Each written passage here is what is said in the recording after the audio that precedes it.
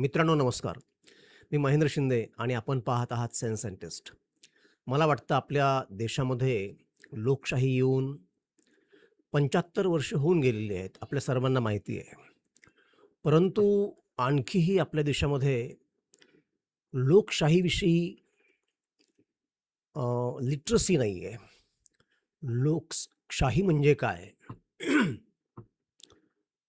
आपण ज्याला democratic illiteracy म्हणूया, लोकशाहीविषयीची निरक्षरता म्हणूया, अशा प्रकारची निरक्षरता देशामध्ये आहे. आणि आज आपल्याला जर देश पुढे न्यावयाचा असेल अनेक अर्थांनी, आर्थिकदृष्ट्या, सामाजिकदृष्ट्या, राजकीयदृष्ट्या, सगळ्याच दृष्टिकोनातून, तर मला वाटतं की 2 संकल्पना समजून घेणं फार महत्त्वाचं आहे. एक तर लोकशाही मूल्ये, लोकशाही म्हणजे काय? आणि दुसरी गोष्ट म्हणजे विकास. तर ह्या 2 संकल्पना आपण जोपर्यंत लोकांपर्यंत घेऊन जात नाहीत, तोपर्यंत लोकांना आपला राज्यकारभार कशाप्रकारे चालवला जातोय, राज्यकर्ते नेमकं काय करत आहेत, हे कळणार नाही. आणि खरोखरच लोकशाहीपासून, खरोखरच्या लोकशाहीपासून जनता, भारतीय जनता वंचित राहील. आणि म्हणून या 2 गोष्टी समजावून घेणं खूप महत्त्वाचं आहे. तर लोकशाही आज आपण जी समजतो किंवा बहुसंख्य लोक जी समजतात ती नाही आहे. आज लोकशाहीची जी काही समज आपल्या सर्वांमध्ये आहे ती फक्त निवडणुकीपुरती मर्यादित आहे. म्हणजे दर 5 वर्षांनी येणाऱ्या ज्या वेगवेगळ्या निवडणुका असतात, लोकसभेची असेल, विधानसभेची असेल किंवा अगदी नगर परिषदेची असेल, जिल्हा परिषदेची असेल, यामध्ये दर 5 वर्षांनी मतदान करणं एवढंच काय ती लोकशाही असा आपला समाज मानू लागलेला आहे, किंबहुना मानत आलेला आहे. तर हा गैरसमज दूर करणं आणि खरी लोकशाही म्हणजे काय, हे त्यांना सांगणं हे महत्त्वाचं आहे.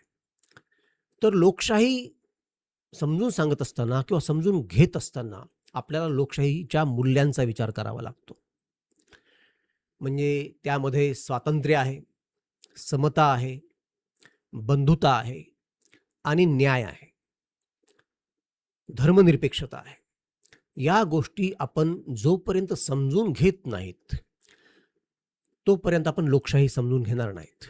आणि या अभावी ही मूल्य समजून न घेता, ही मूल्ये आपल्यामध्ये न रुजवता, ही मूल्ये आपल्या लोकशाही व्यवस्थेमध्ये जर रुजवली नाही, तर काय अरिष्ट घडू शकतं, काय अनर्थ घडू शकतो, हे लोकांना समजावून सांगितल्याशिवाय तरुणोपाय नाही असं मला वाटतं.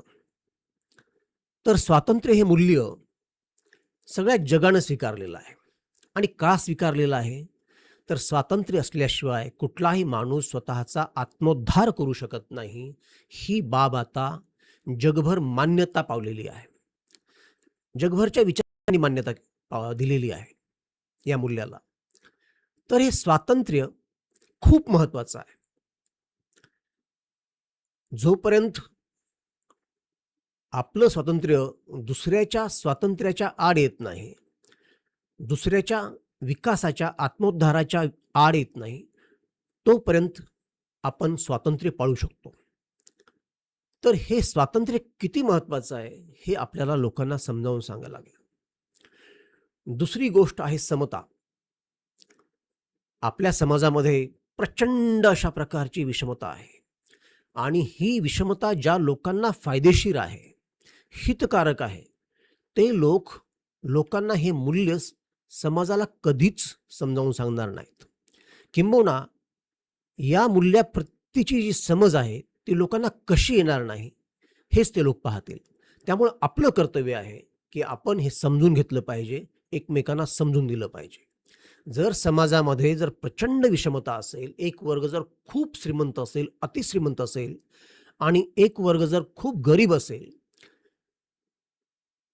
एक वर्ग जर सामाजिक आणि राजकीय, आर्थिक सगळेच फायदे जर उठवत असेल आणि दुसरा समाज जर परंपरेनं, धर्मानं जर या सगळ्या गोष्टीपासून जर वंचित ठेवला असेल, तर आपली लोकशाही कधीही यशस्वी होणार नाही. आणि या सगळ्याबद्दलचा विचार घटनाकारांनी त्यावेळेस केलेला आहे. आणि हा विचार घटना समितीमध्ये असलेल्या जे काही सदस्य होते त्या सगळ्या लोकांना समजावून सांगितलेलं आहे म्हणजे तर्काच्या अधिकारानं. डॉक्टर बाबासाहेब आंबेडकरांनी हे सगळं त्यांच्याकडून मान्य करून घेतलेलं आहे. मोठ्या चर्चेअंती अशा प्रकारचे अनेक जे प्रश्न आहेत, ज्या शंका आहेत, ज्या कुशंका आहेत, त्या या कमिटीमध्ये लोकांनी उपस्थित केल्या होत्या. या कमिटीमध्ये अनेक धर्मांची, अनेक जातींची, अनेक राजकीय, सामाजिक, आर्थिक पृष्ठभूमी असलेले लोक होते. या सर्वांनी हे प्रश्न विचारलेले आहेत आणि या प्रश्नांना तर्काच्या आधारे डॉक्टर बाबासाहेब आंबेडकरांनी आणि इतर लोकांनी त्यांना समजावून सांगितलेलं आहे. परंतु या गोष्टी आपण समाजापर्यंत नेत नाहीयेत. आणि समता नसेल तर काय होईल? समता नसेल तर हा देश दुभंगेल, एकत्र राहणार नाही आणि एकत्र राज्य करण्यासाठी सुद्धा अडचणी अनंत येतील. हे सगळं घटनाकारांनी ताडलेलं होतं, जाणलेलं होतं आणि त्यामुळं सामाजिक समता प्रस्थापित करण्याकरता, आर्थिक समता प्रस्थापित करता अनेक प्रकारच्या उपाययोजना केलेल्या आहेत. ते आपण जाणताच. त्याबद्दल मी आता इथे भाष्य करणार नाही. आणि तिसरी गोष्ट आहे ती खूप महत्त्वाची आहे आणि खूप उन्नत अशी आहे, उदात्त अशी आहे आणि ती म्हणजे बंधुता. म्हणजे कायद्याने जरी समता स्थापन केली, जरी स्वातंत्र्य दिलं गेलं, तरीही जोपर्यंत आपण एकमेकांना भाऊ मानत नाहीत, भावाभावाच्या दृष्टीनं राहत नाहीत, आपल्यामध्ये प्रेम निर्माण होणार नाही, आपल्यामध्ये एकमेकाप्रती करुणा निर्माण होणार नाही मानवीय पातळीवर, तोपर्यंत हे कायदे खूप बाजूला राहतील. आणि म्हणून घटनाकारांनी बंधुता हे तत्व आपल्याला दिलेलं आहे. आणि शेवटचा पिलर जो आहे लोकशाहीचा तो आहे न्याय. सामाजिक, आर्थिक, राजकीय सर्वच प्रकारचा न्याय प्रस्थापित करणे हे एक अतिशय महत्त्वाचं मूल्य आहे. परंतु आपण जेव्हा न्यायाची गोष्ट करतो आज, तर लोकांना वाटतं की हे काहीतरी विरोधी विचारधारेचे आहेत, काही क्रांतिकारक आहेत, काहीतरी हे अगदी अधार्मिक आहेत. कारण त्यामध्ये त्यांचा स्वार्थ दडलेला असतो. कुणाचा स्वार्थ कशामध्ये दडलेला आहे असेल तो असो, परंतु बहुसंख्य भारतीयांनी या सगळ्या गोष्टी आपण समजावून घेतल्या पाहिजे. समता, स्वातंत्र्य, बंधुता आणि न्याय, आणि या सगळ्यांचं रक्षण करण्याची जबाबदारी सुप्रीम कोर्टावर आहे. तिकडे येण्यापूर्वी मी तुम्हाला आणखी सांगू शकेल की ही मूल्य ही प्रगत समाजाची मूल्य आहेत. सगळ्या देशामध्ये, जगभर ही मूल्य अतिशय जीवापाड जपली जातात आणि आपल्या भारतामध्ये मात्र आणखीही या मूल्यांकडे फारसं गांभीर्यानं पाहिलं जात नाही किंवा जो कोणी या मूल्याबद्दल बोलतो त्याच्याकडे तिरक्या नजरेनं पाहिलं जातं. तर ही झाली लोकशाही मूल्ये. आता आपण शासन व्यवस्था थोडीशी समजून घेऊया. जोपर्यंत शासन काय आहे, शासन व्यवस्था काय आहे हे आपण समजावून घेत नाहीत, तोपर्यंत आपल्याला अनेक गोष्टी क्लिअर होणार नाहीत. आपला देश योग्य तऱ्हेने चाललेला आहे की नाही, किंवा एखादी गोष्ट घडली म्हणजे कुणाला जबाबदार धरायचं हे आपल्याला कळणार नाही. तर राज्यव्यवस्थेचे 3 खांब आहेत. एक आहे लेजिस्लेचर, आपण ज्याला विधिमंडळ म्हणतो. दुसरं आहे एक्झिक्युटिव्ह बॉडी, आपण ज्याला कार्यकारी मंडळ म्हणतो. आणि तिसरं आहे न्यायमंडळ, आपण ज्याला कोर्ट म्हणतो, कोर्ट म्हणतो. ही तिन्ही अंगे राज्यव्यवस्था सांभाळण्याकरता किंवा हा देश चालवण्याकरता अतिशय महत्त्वाची आहे. आणि ही तिन्ही अंगे भारतीय संविधानाला कायद्याने बांधील आहे. आपण जेव्हा विधिमंडळ म्हणतो किंवा लेजिस्लेचर म्हणतो, ते म्हणजे दुसरं तिसरं काही नसून आपण जे निवडून दिलेले आमदार आणि खासदार असतात त्यांचं मंडळ, म्हणजे लोकसभा आणि विधानसभा, राज्यसभा, विधान परिषद इत्यादी कायदा करणारी मंडळे. आता आपण जर या मंडळामध्ये, या विधिमंडळामध्ये, या लोकसभेमध्ये, या विधानसभेमध्ये जर अभ्यासू, जाणकार जर मंडळीच पाठवली नाही, आपली प्रतिनिधी जर पाठवली नाही, तर पुढचं सगळं अगदी त्यावर चर्चाच करणे काही त्याच्यामध्ये श्रेय उरत नाही. त्याच्यामध्ये काही अर्थ उरत नाही. त्यामुळं आपली पहिली जबाबदारी आहे आणि हा अधिकार लोकांना दिलेला आहे. प्रत्यक्ष लोकशाहीच्या प्रक्रियेमध्ये सहभाग घेण्याचा अधिकार आपल्याला या घटनेनं दिलेला आहे आणि तो अधिकार आपण वोट देऊन म्हणजे मत देऊन बजावत असतो. विधिमंडळ ही पहिली पायरी आहे. हा पहिला स्तंभ आहे आणि त्या पहिल्या स्तंभामध्ये आपल्याला अधिकार दिलेला आहे, की कुणाला पाठवायचं या विधिमंडळामध्ये. तर आपण ही काळजी घेतली पाहिजे, की आपण निवडून दिलेला उमेदवार हा बौद्धिकदृष्ट्या अतिशय संपन्न असावा, अभ्यासू असावा, आपल्या प्रश्नांची जाण असावी, जनतेप्रती त्याला कणव असावी, हा फार महत्त्वाचा मुद्दा आहे. नुसता अभ्यास असून चालत नाही. जनहिताची कळकळ पाहिजे आणि तो सर्व जाती धर्मांना समान लेखणारा हवा आणि हे जर भारतामध्ये चुकलं, तर सगळंच चुकतं. त्यामुळे ही खूप मूल्य महत्त्वाची आहे. अभ्यास महत्त्वाचा आहे. जनहिताची कळकळ असणं महत्त्वाचं आहे आणि तो सर्वांना समान लेखणारा असावा. हे झालं विधिमंडळ. नंतर आहे कार्यकारी मंडळ. आपण ज्याला मंत्रिमंडळ म्हणतो. या विधिमंडळातूनच कार्यकारी मंडळ निवडलं जातं आणि तो आपल्या देशाचा किंवा राज्याचा प्रत्यक्ष कारभार पाहतात. हे कार्यकारी मंडळ आणि ह्या कार्यकारी मंडळाचा प्रमुख हा देश स्तरावर पंतप्रधान असतो आणि राज्य स्तरावर मुख्यमंत्री असतो आणि त्याला मदत करण्याकरता तो आपलं मंत्रिमंडळ नेमत असतो. हेही आपल्याला बऱ्यापैकी माहिती आहे. आणि तिसरा स्तंभ आहे तो म्हणजे न्यायमंडळ. या न्यायमंडळाची फक्त एकच जबाबदारी आहे. फक्त एक जबाबदारी आणि ती म्हणजे राज्यघटनेचं, संविधानाचं संरक्षण करणे. म्हणजे देशामध्ये ज्या काही गोष्टी चालतात, त्या संविधानाप्रमाणेच चालल्या पाहिजेत. याची दक्षता हे सुप्रीम कोर्ट घेत असतं आणि मग त्याच्या मदतीसाठी अनेक अंग असतात, जसं की पोलीस आहे, सीबीआय आहे आणि इतर अनेक गोष्टी आहेत. तर हे 3 महत्त्वाचे स्तंभ आहेत राज्यव्यवस्थेचे. विधिमंडळ, कार्यकारी मंडळ आणि न्यायमंडळ. आपण या सगळ्या जर गोष्टी समजावून घेतल्या, आत्तापर्यंत मी चर्चा केलेल्या, तर आपल्याला बऱ्यापैकी लोकशाहीची समज येऊ शकते, असं मला वाटतं. परंतु इथंच थांबून चालणार नाही. मला वाटतं विकास म्हणजे काय? हे सुद्धा आपल्या भारतीय लोकांना समजून सांगण्याची विशेष गरज आहे. कारण राज्यकारणी लोकांना मूर्ख बनवायला बसलेलेच आहे. ते सरकार कोणत्याही पक्षाचं असो. म्हणजे आपल्याला फक्त दिसतं, की सरकारनं अ, कर्ज माफ केलेलं आहे का? सरकार महिलांना किती रुपये देतं? हे प्रत्यक्ष फायदे आपल्याला दिसतात. परंतु यावरून आपल्याला कल्पना येत नाही, हा देश नीट चालवला जातोय की नाही? आपल्या देशाचा विकास होतोय की नाही? तर मित्रांनो, हे आपण समजून घेतलं पाहिजे.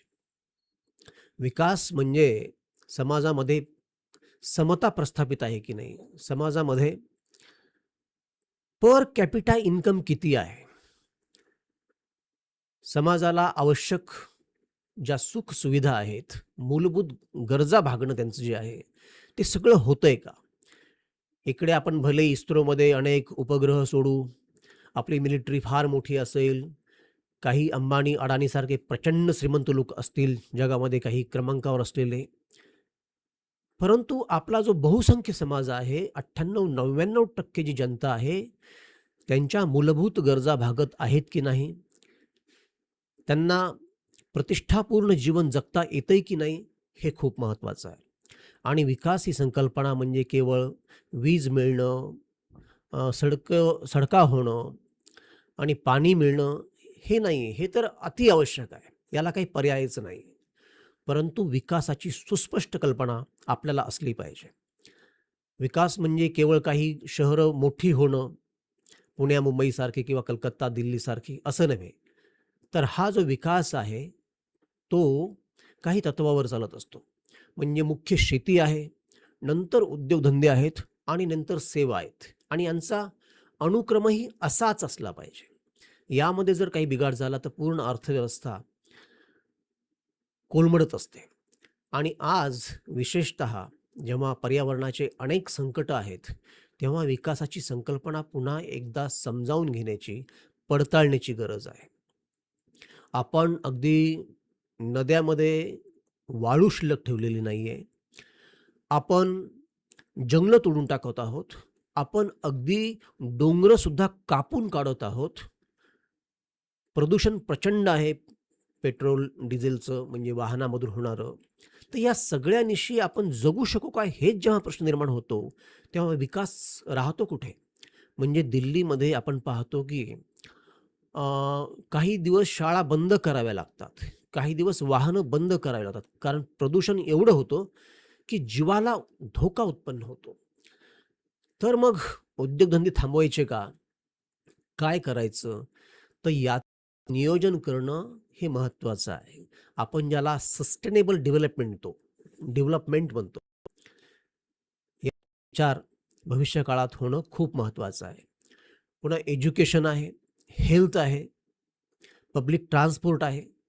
यामध्ये सरकारने निवेश गुंतवणं, पैसा गुंतवणं खूप महत्त्वाचं आहे.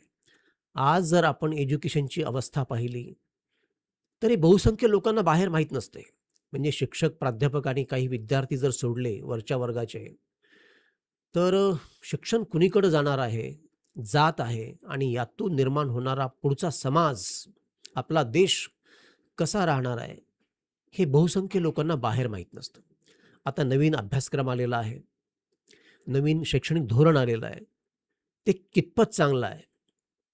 त्याचा फायदा होणार आहे का लोकांना, जनतेला, देशाला? यावर कुणीही भाष्य करायला तयार नाहीये.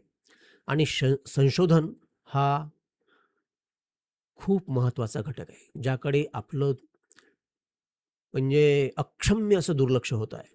कोणताही देश आपण जर युरोप पाहिलं किंवा अमेरिकेमध्ये पाहिलं, तर हे देश पुढे का गेलेले आहेत?